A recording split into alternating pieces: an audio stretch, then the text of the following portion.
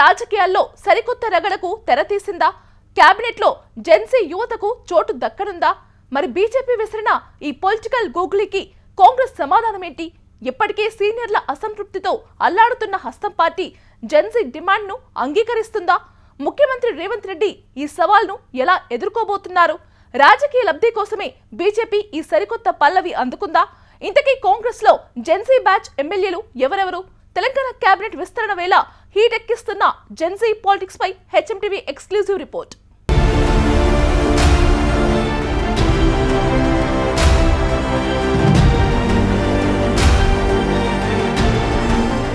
దేశవ్యాప్తంగా ఇప్పుడు జెన్జీల చుట్టే చర్చ జరుగుతోంది. నీట్ పరీక్ష లీక్ కారకులను కఠినంగా శిక్షించాలని, అందుకు బాధ్యత వహిస్తూ కేంద్ర మంత్రి రిజైన్ చేయాలంటూ ఢిల్లీ నడిబొడ్డున లక్షలాది మంది యువత కదిలివచ్చి ఉద్యమం చేశారు, సక్సెస్ అయ్యారు. అయితే యువతే ఈ దేశ భవిష్యత్తుకు ముఖచిత్రమని మరోసారి రుజువు చేశారు. అయితే ఇదంతా చూసిన తర్వాత సీఎం రేవంత్ రెడ్డి ఒక అడుగు ముందుకేసి జెన్జీలకు రాజకీయ ప్రాధాన్యత కల్పించాలనే సరికొత్త ప్రతిపాదన తెరమీదికి తెచ్చారు. చట్టసభల్లో జెన్జీలకు మరింతగా చోటు ఉండాలనే అభిప్రాయం వ్యక్తం చేశారు. ఎమ్మెల్యేగా, ఎంపీగా పోటీ చేసేందుకు అర్హత వయస్సును 25 నుంచి 21 ఏళ్లకు తగ్గించాలని కోరారు.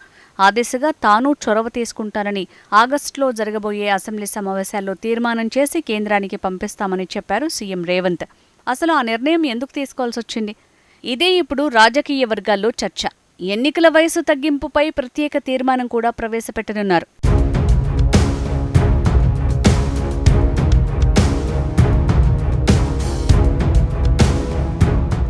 జెన్జీలకు రాజకీయ మద్దతునిచ్చేలా సీఎం రేవంత్ రెడ్డి అలా ప్రకటన చేశారో లేదో తెలంగాణలో విపక్షాల నుంచి పలు ప్రశ్నలు ఎదురవుతున్నాయి. కాంగ్రెస్ అధికారంలో ఉన్న రాష్ట్రాల్లో ఎంతమంది జెన్జీలకు మంత్రులుగా, ప్రజాప్రతినిధులుగా అవకాశం ఇచ్చారో చెప్పండి అంటూ సవాళ్లు విసురుతున్నారు. అసెంబ్లీకి పోటీ చేసే వయసును తగ్గిస్తూ బిల్ తీసుకురావచ్చు, కానీ మొదట ఖాళీగా ఉన్న 2 మంత్రి స్థానాల్లో ఒకటి జెన్జీలకు ఇవ్వాలని డిమాండ్ చేశారు ఎంపీ అరవింద్.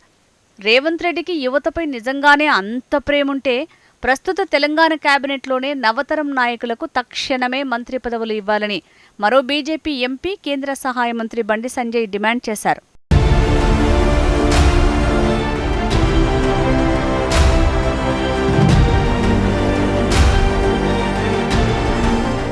సీఎం రేవంత్ నయా ప్రతిపాదనకు బీజేపీ ఎంపీలు సవాల్ విసరటంతో ఈ అంశం రాజకీయ ప్రాధాన్యతను సంతరించుకుంది. తెలంగాణ కేబినెట్లో జెన్జీలకు అవకాశం లభిస్తే ఆ రేసులో ఎవరున్నారనే చర్చ తెరపైకి వస్తోంది. పాలకుర్తి ఎమ్మెల్యే యశస్విని రెడ్డి, మైనంపల్లి రోహిత్రావు, బల్మూరి వెంకట్రావు, చిట్టెం పర్ణికారెడ్డి వంటి యంగ్ లీడర్లు శాసనసభ, మండలిలో తక్కువ వయసున్న ప్రజాప్రతినిధులుగా ఉన్నారు. వీరంతా 35 ఏళ్ల లోపు కంటే తక్కువ వయసున్నవారే. అందులో యశస్విని రెడ్డి బీటెక్ ఇంజనీరింగ్ పూర్తి చేయగా, మైనంపల్లి హనుమంతరావు, బల్మూరి వెంకట్ నరసింగరావు, పర్ణికారెడ్డి వైద్య విద్యను పూర్తి చేశారు. ఇందులో బల్మూరి వెంకట్ విద్యార్థి నేతగా రాజకీయాల్లోకి వచ్చారు. యువత, విద్యార్థుల సమస్యలు తెలిసిన నేతగా, వారి తరపున పోరాడిన నేతగా గుర్తింపు ఉంది. 10 ఏళ్ల బీఆర్ఎస్ ప్రభుత్వానికి వ్యతిరేకంగా పోరాడి ఎన్నో కేసులు ఎదుర్కొన్నారు. యువ కోటాలో బల్మూరి పేరు బలంగా వినిపిస్తోంది. దానికి తోడు వీళ్లంతా రాజకీయంగా ఫుల్ యాక్టివ్ మోడ్లో ఉన్నారు. మంచి వాగ్ధాటి కలిగిన లీడర్లే. యువతలోనూ మంచి ఫాలోయింగ్ ఉంది.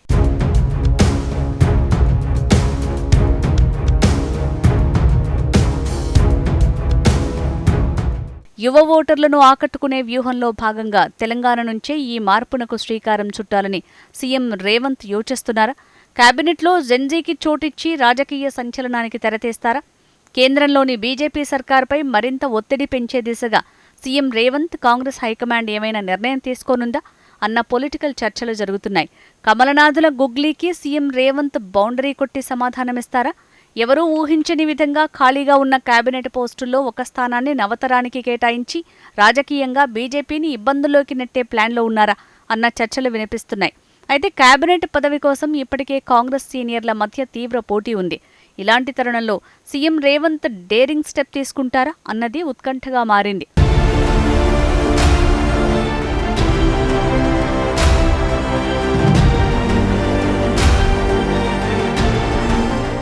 కులగణన చేసి దేశానికి ఆదర్శమైనట్టుగా జెన్జీలకు మంత్రి పదవి ఇచ్చి దేశానికి దిక్సూచి అవుతారా లేదా అనేది వేచి చూడాలంటున్నారు రాజకీయ విశ్లేషకులు.